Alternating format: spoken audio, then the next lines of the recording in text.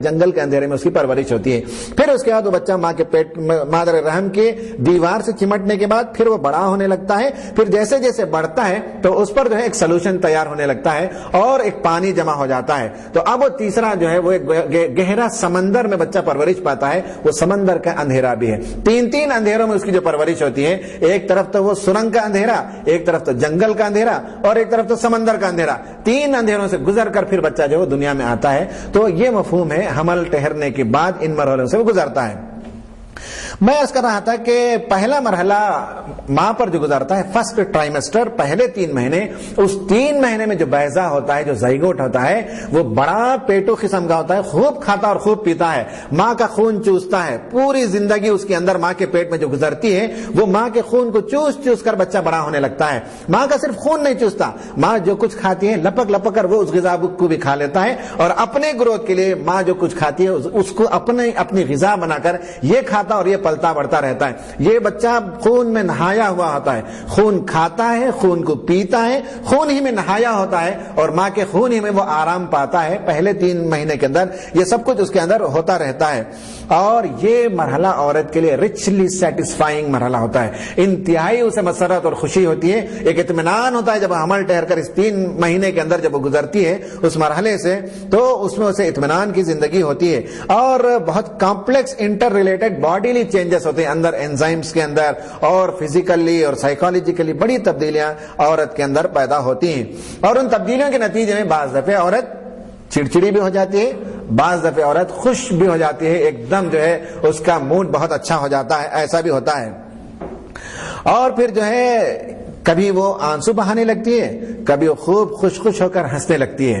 اس کے مزاج کے اندر جو تبدیلیاں پیدا ہوتی ہیں اس میں ہم دیکھتے ہیں کہ کبھی جو ہے اسے کانسٹیپیشن یعنی قبض کی شکایت پیدا ہو جاتی ہے, اور کبھی کچھ اور بیماری بھی ہو جاتی ہے. یہ ایک ایسا مرحلہ ہے, یہ پہلا 3 مہینے کا, جس میں بچہ جو ہے خون میں نہاتا ہے, خون چوستا اور خون پیتے رہتا ہے, اور خون ہی سے ڈیولپ ہوتا ہے. ماں خوش بھی ہوتی ہے اور ماں کو کبھی طبیعت میں پریشانی بھی ہوتی ہے, فزیکل اینڈ باڈیلی چینجز ہوتے ہیں, سائیکالوجیکل چینجز ہوتے ہیں. اس مرحلے سے گزرنے کے بعد جب سیکنڈ ٹرائمیسٹر میں 3 مہینے سے 6 مہینے کا جو پیریڈ ہوتا ہے اس میں اور بچہ جب ڈیولپ ہونے لگتا ہے تو اس کی ہڈیاں فارم ہونے لگتی ہیں. جب اس کی ہڈیاں فارم ہوتی ہیں تو بچہ کہاں سے ہڈیاں بناتا ہے؟ ماں اپنے گودے میں اپنی ہڈی کے اندر جو گودا جمع کر رکھتی ہے اسے گھلا کر بچے کو دیتی ہے تاکہ بچہ جو ہے اپنی ہڈیوں کو پرورش کرے. اس کے نتیجے میں ماں کی ہڈیاں کمزور ہو جاتی ہے, اس کے پیروں میں درد ہو جاتا ہے, اس کی پسلیوں میں درد ہو جاتا ہے, اور وہ کمزور ہو جاتی ہے, ناتواں ہو جاتی ہے, لاغر ہو جاتی ہے, اس لیے کہ بچے کو سب کچھ دے دیتی ہے, اپنا غذا بھی دیتی ہے, اپنا خون بھی دیتی ہے, اور یہاں تک کہ اپنی ہڈیوں کے اندر پائے جانے والا گودا بھی بچوں کو دے کر بچوں کو پرورش کرتی ہے. اور اس انتظار میں ہوتی ہے کہ اس ننھے منھے کلی کو کب دیکھیں, وہ پھول کب کھلے گا, اس انتظار میں ماں رہتی ہے. لیکن حالانکہ وہ سب پریشانیوں سے گزرتی ہے, پیٹ میں درد, کمر میں درد, پیروں میں درد, پسلیوں کا درد, یہ سب کچھ ہوتا ہے, لیکن مستقل بوجھ اٹھاتے پھرتی ہے اور خوش رہتی ہے.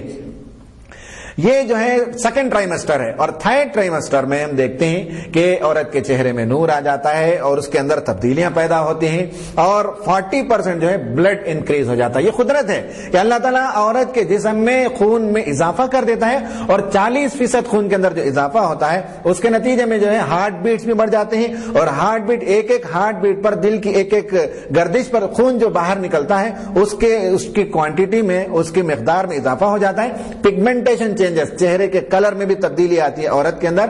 اس طرح سے عورت 3rd ٹرائمیسٹر میں پہنچتی ہے, اور اس وقت بچے کا بوجھ تقریباً 4-5 کلو ہو جاتا ہے. بچہ جنتی تو 2.5-3 کلو کا ہے, اس کے علاوہ اور جو چیزیں ہوتی ہیں ان سب کو لے کر 4-5 کلو کا بوجھ مستقل اٹھائے رکھنا. آپ غور کیجئے ماں کیا عظیم خدمت انجام دیتی ہے. مرد لوگ تو میں نے کہا کہ ہم سوچ بھی نہیں سکتے, ہم تصور بھی نہیں کر سکتے. اگر سوچنا چاہیں تو ایک اینٹ جو 2 کلو کا ہے اسے آپ پیٹ میں باندھ لیجئے, اور صبح سے شام تک آفس جا کر آئیے, دیکھیے کیا حال ہوتا ہے کہ ایک 2 کلو 2.5 کلو کا اینٹ ہم پیٹ میں باندھ کر آگے چل نہیں سکتے اور ایک دن کی زندگی نہیں بسر کر سکتے. ماں وہ ہوتی ہے جو آخری زمانے میں پورا 4-5 کلو کا ویٹ اٹھائے ہوئے زندگی بسر کرتی ہے, اور گھر کا سارا کام کاج کرتی ہے, سارا کام کاج وہ کرتے رہتی ہے. کتنا عظیم ہے اس کا مقام, ماں کا مقام. یہ پہلا مرحلہ ہے جسے قرآن نے کہا حملت امہ کرہا, اس کی ماں نے بوجھ برداشت کر کے اس کا حمل اٹھایا. پھر کہا ووضعتہ کرہا, اور بڑی مشقت کے ساتھ اسے جنم دیا. یہ جنم دینا اور جب بچہ دنیا میں آتا ہے تو کوئی معمولی مرحلہ نہیں ہوتا. عورت کو ٹکڑے ٹکڑے کر دینے والا درد ہوتا ہے. ایک درد زہ جسے کہتے ہیں وہ ایسا درد ہے کہ عورت کے جسم پر کپ کپی طاری ہو جاتی ہے, تھر تھرانے لگتی ہے اور اس کے جسم کے تمام خواہ کو استعمال کر کے بچے کو جنم دیتی ہے. اس کے بعد عورت جو ہے بالکل چھلکا بن جاتی ہے اور بے حیثیت ہو جاتی ہے, اس کے اندر کوئی طاقت نہیں ہوتی, اپنے سارے خواہ کو لگاتی ہے, تب چل کر جو ہے دنیا میں بچہ آتا ہے. اس درد زہ کے اندر جب ماں مبتلا ہوتی ہے تو وہ توبہ کرتی کہ آئندہ کبھی بچہ نہیں جنم گی. ایسا درد اور ایسی تکلیف میں مبتلا ہو کر وہ کہتی ہے کہ صاحب یہ بس یہ بچہ, اس کے بعد آئندہ کوئی بچہ نہیں جنوں گی. لیکن جیسے ہی درد زہ میں مبتلا ہو کر ایک ننھا منا پھول جیسا مسکراتا ہوا چہرہ بچہ جب بازو آ کر پڑتا ہے, ماں اسے پیار کرنے لگتی ہے تو اپنی جھوٹی توبہ بھول جاتی ہے. پھر مزید ایک اور بچے کے لیے 2-4 مہینے کے اندر پھر تیار ہو جاتی ہے اور ساری تکلیف کو, ساری مشکلات کو ماں بھول جاتی ہے. یہ ماں کی عظمت, یہ اس کا احسان ہے. اگر وہ درد زہ کو یاد رکھیں تو پہلے بچے کے بعد دوسرے بچے کے لیے کبھی آمادہ ہی نہیں ہو سکتی ہے. یہ اللہ تعالیٰ نے اس کے اندر ممتا کو رکھا, وہ سب بھول جاتی ہے. بھولنے کے بعد اس کے لیے تیار ہو جاتی ہے, دوسرے بچے کے لیے بھی وہ تیار ہو جاتی ہے. اللہ کے رسول صلی اللہ علیہ وسلم کے پاس ایک صاحب آئے اور کہا کہ اللہ کے رسول صلی اللہ علیہ وسلم, میں بہت دور سے میں نے میری ماں کی ایک پرانی خواہش کو پورا کیا.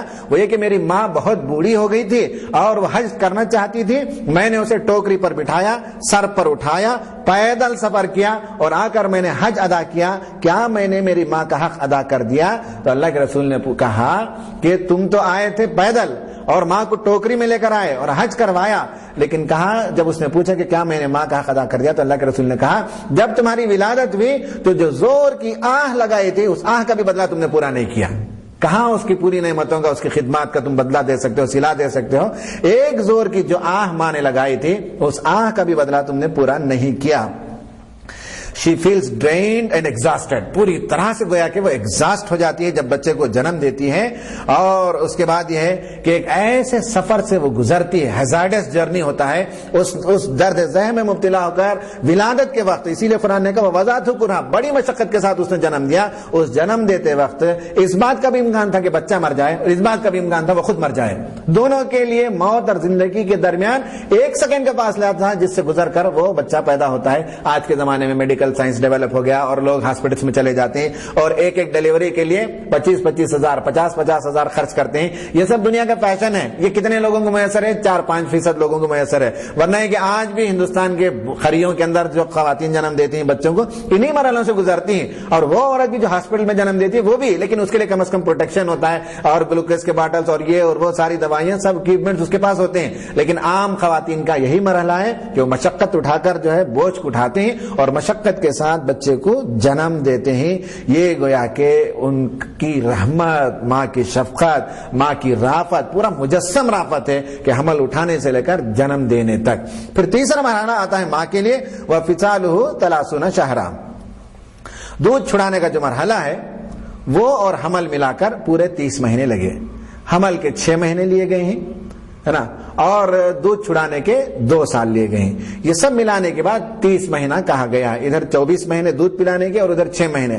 اس پر آپ کو تعجب ہو سکتا ہے کہ حمل کا 6 مہینے کیسے, کم از کم 7 مہینے میں تو بچہ جنم لیتا ہے, 6 مہینے کیسے لیا گیا؟ اس پر بعض لوگوں نے محنت کی, کام کیا, اور میں نے بھی تھوڑا سا جب کیلکولیشن کیا تو پتا چلا کہ دودھ چھڑانے کے مکمل 30 مہینے, جس میں دودھ پلانے کا جو حکم ہے دوسری جگہ, وہ تو 2 سال ہے, 24 مہینے ہوئے.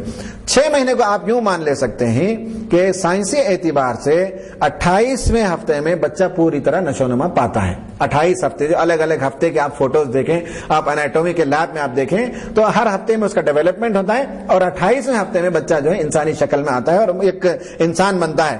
اگر آپ 28 ہفتے کو ڈیوائڈ کریں تو اس کا مطلب ہوا کہ 6.5 مہینے. 28 ہفتے انٹو 7 سے آپ ملٹیپلائی کریں, ہے نا, ایک ہفتے کے 7 دن, اور ڈیوائڈیڈ میں مہینے کو آپ ڈیوائڈ کریں, کبھی 30 کا ہوتا ہے کبھی 31 کا ہوتا ہے مہینہ, دونوں کا آپ ایوریج لیں تو 30.5. آپ یہ کیلکولیشن کر کے دیکھیں کہ 28 یعنی 28ویں ہفتے میں انٹو 7 دن ڈیوائڈیڈ بائی 30.5 آپ کریں گے تو 196 ڈیوائڈیڈ بائی 30.5, تو یہ ہوا 6 مہینہ اور 13 دن. اس 13 دن کو اللہ تعالیٰ نے فقہی اعتبار سے گویا کہ اسے نیگلیکٹ کیا, اس لیے کہ عورتوں کو حساب کتاب رکھنے میں کبھی آگے پیچھے ہو جاتا ہے, تو 13 دن مائنس کر دیا جائے تو کم سے کم 6 مہینے پکڑے گئے. یہی وہ چیز ہے, یہ آیت ہے جس کی بنیاد پر ہم دیکھتے ہیں کہ حضرت علی نے حضرت عثمان رضی اللہ تعالیٰ عنہ کے زمانے میں ایک فیصلے کو کیا کہ جبکہ ایک عورت 6 مہینے میں اس نے بچے کو جنم دے دیا اور اس کے شوہر نے اس پر الزام لگایا، تو اس کے بعد حضرت علی نے اسی آیت کو کوٹ کر کے بتایا کہ منیمم جو ہے وہ ڈیلیوری کے لیے 6 مہینے درکار ہے. 6 مہینے مطلب 6 مہینہ اور 13 دن ہوتا ہے. وہ 13 دن جو ہے نیگلیکٹ اس لیے کیا جا سکتا ہے کہ ایک بہت بڑی سزا ہے. اگر زنا کی سزا کسی پر نافذ کر دی تو بہت بڑی چیز ہے. اس سے بچنے کے لیے 13 ڈیز کا کنسیشن ہے، تو 6 مہینے 13 دن میں تو بچہ مکمل ہو جاتا ہے. اور اگر کسی نے جنم دیا 6 مہینے 13 دن میں تو وہ اسی فرد کا بچہ تسلیم کیا جائے گا. شادی کے 6 مہینے 13 دن میں اگر کسی کو ہو جائے تو مانیں گے کہ اسی فرد کا وہ بچہ ہے.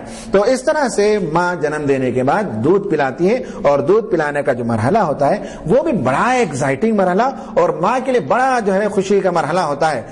ماں جب دودھ پلاتی ہے تو ماں کا جو دودھ ہے وہ بچے کے لیے اینٹی بایوٹک کا بھی کام کرتا ہے. اندر بچے کے اندر اگر کوئی بیکٹیریا پیدا ہوتے ہیں تو اسے کل کرنے کے لیے اینٹی بایوٹک ماں ہی کا دودھ کافی ہے. اسی طرح بچے کے لیے چیچک اور چھوت کی بیماریاں اور جو بیماریاں پیدا ہو جاتی ہیں ان سب کے لیے ماں کا دودھ جو ہے بڑا اہم اور فائدہ مند اور بہت مفید ہوتا ہے. ماں کا دودھ بہت زبردست ہاضمہ بہت جلد ہاضمہ ہوتا ہے اور